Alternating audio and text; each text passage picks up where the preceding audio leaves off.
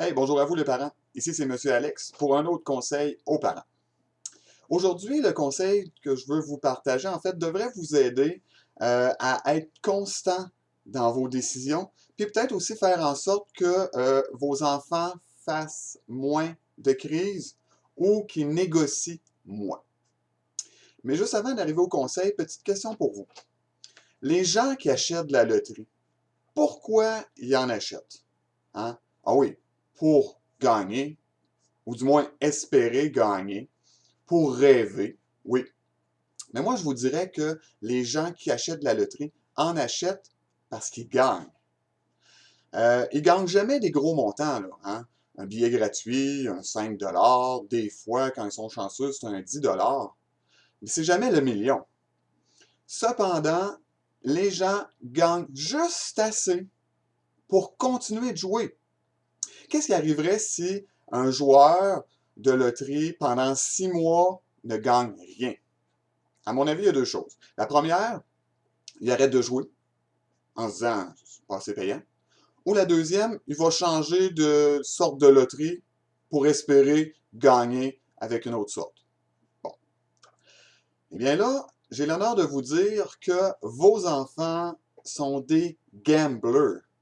Vos enfants sont des joueurs de loterie. OK? Et assurément qui aiment gagner.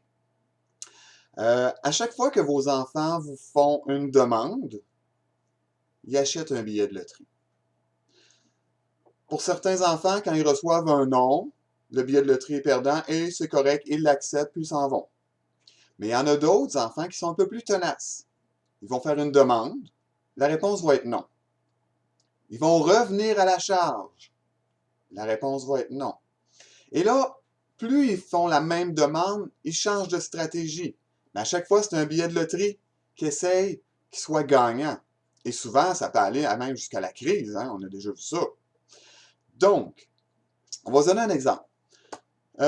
Jeune homme accompagne maman au centre d'achat chez Walmart et passe à la caisse et vous savez, à la caisse, il y a des bonbons, il y a des barres de chocolat, il y a de la gomme. Et jeune homme s'essaye en disant, maman, est-ce que je peux avoir une barre de chocolat? Et maman dit non. Premier billet, perdant. Ouais, mais là, maman, j'ai vraiment faim. Maman dit non. Deuxième billet, perdant. Ouais, mais là, et là, il lève le ton, il peut même crier, et ça peut être la crise. Si maman flanche et finalement lui achète sa barre de chocolat, qu'est-ce qui arrive? Jeune homme ne va pas retenir les 9 premiers billets perdants. Il va retenir que le 10e billet, qui était la crise, a été payant. Quand il va revenir au Walmart avec maman et papa, il va se rappeler que le 10e billet a été gagnant. Donc, on ne serait pas surpris de revoir une crise. OK? Donc, bref, à chaque fois que vos enfants vous font une demande, pensez à la loterie. Si la première réponse, elle est non, il faut que ce soit non toujours.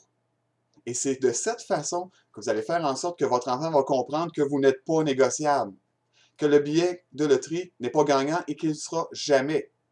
Donc, on peut s'éviter des crises et des négociations. Ça va se faire à long terme, mais ça va se faire. Croyez-moi, ça va se faire. Alors voilà, c'était le conseil pour cette capsule-ci. Continuez de m'écrire, j'apprécie beaucoup vos commentaires. Et continuez de partager la page de Monsieur Alex. Je vous dis à la prochaine et surtout, amusez-vous!